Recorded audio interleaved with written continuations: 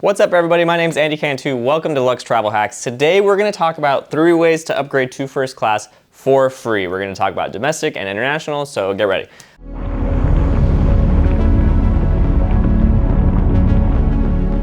And again, if you like this kind of stuff, like, share, subscribe, turn on notifications to get more content like this. I'm really excited to show you guys this stuff, so let's get to it. Number 1, cash plus sweet talking. This is the one that most people are familiar with. You buy a ticket in economy, you go to the desk and you go, hey, what does it cost to upgrade to first class, right? There's nothing wrong with this approach. Sometimes it is the only approach and it is the most common and probably easiest. And by sweet talking, let's kind of talk about that, right? So I don't mean just being nice to the person at the desk.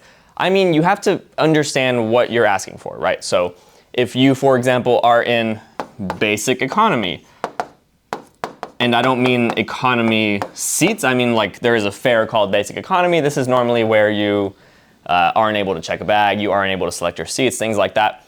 So you are basically the lowest revenue passenger that they will have.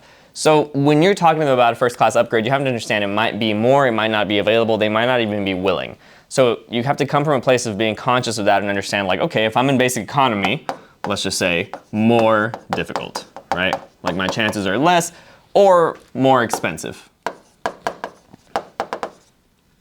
And this writing is not great, sorry.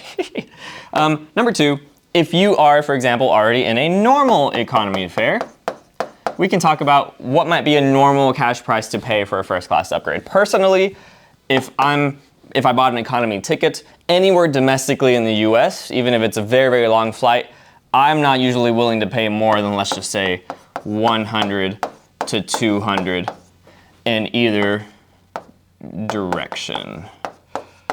So just to give you guys kind of like a frame of reference, and because sometimes you'll go to the desk, and even if it was a $300 flight 2 hours away, and they'll tell you, oh, it's $750 or $1,000 or $500. Not good, and we're gonna talk about why when we get to the more international stuff.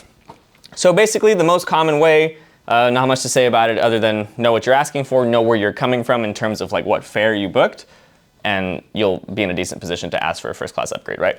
And it'll be simple, you pay the cash, and you're up, easy. Number 2, status plus cash or points. So, in the same situation, you are going up to the desk, you know that you have status with that airline, you might have status with United or with American Airlines or with Delta, you know where you are in that range.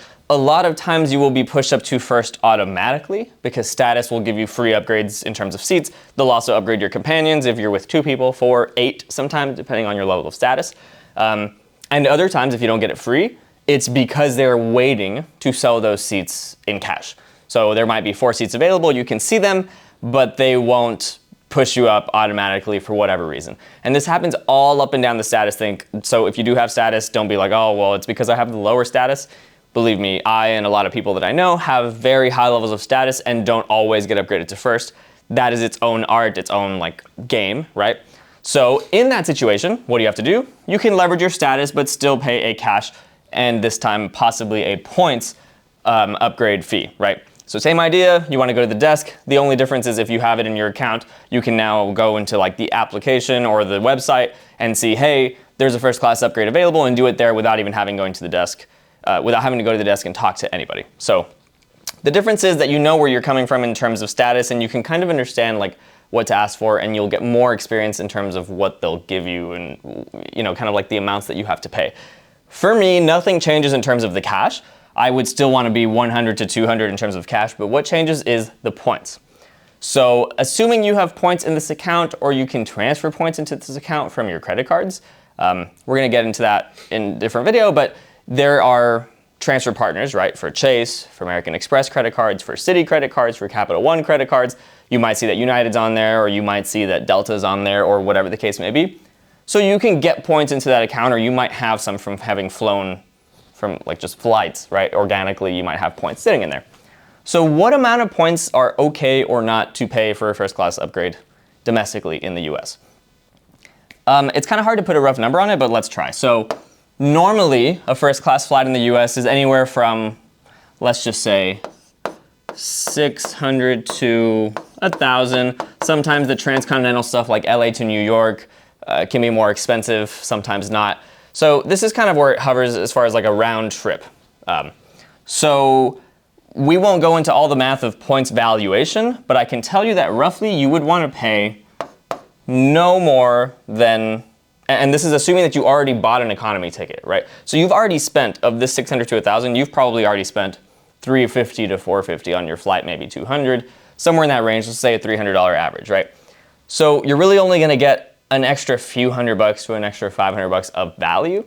And because of how powerful points are, we don't wanna waste them. So personally, I will only take an upgrade to a domestic first class ticket if it's anywhere between 10 to 15,000 points total, like in both directions. And it is very, very difficult to find this, which is why you almost will never encounter this situation and you will almost always still have to pay cash.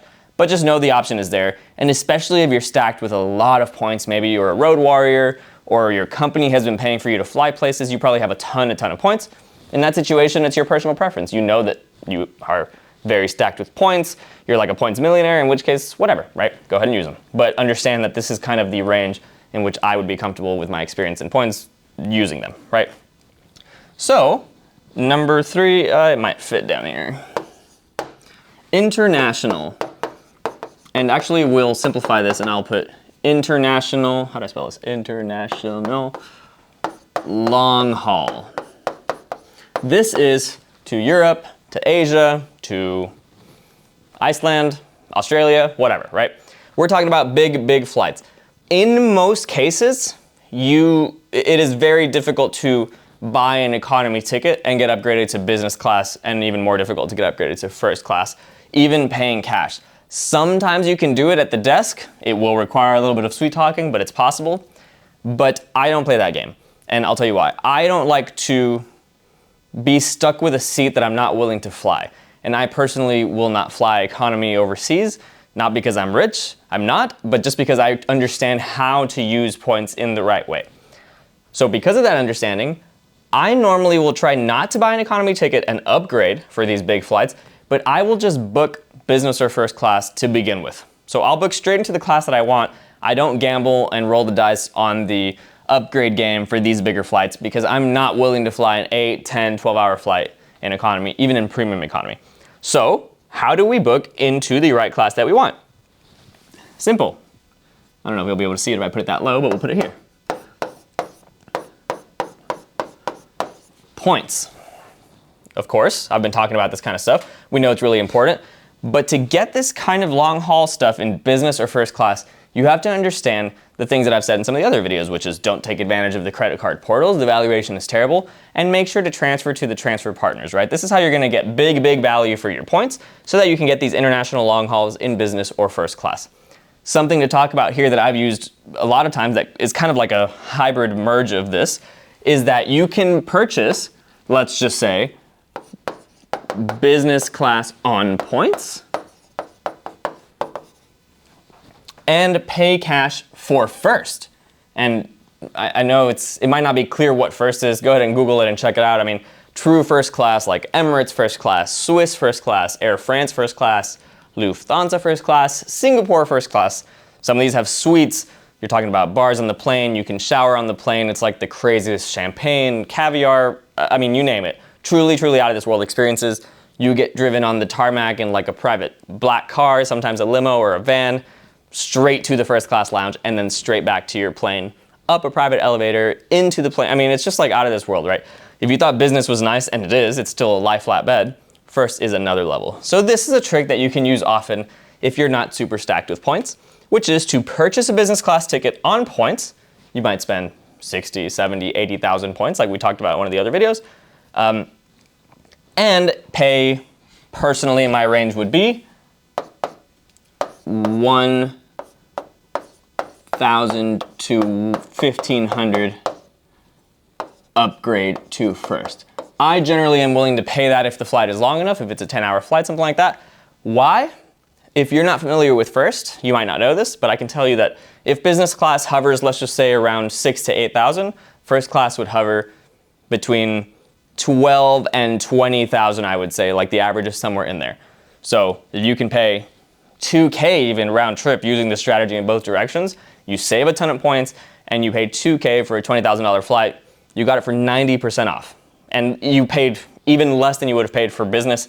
And in a lot of cases, you paid less than you even would have paid for economy, but you're getting a first class experience. Now, that's not to say you can't just book first class to begin with. You can, but if you don't have enough points, just know that this is a strategy. So I just wanted to talk about it to make sure that you know that it exists.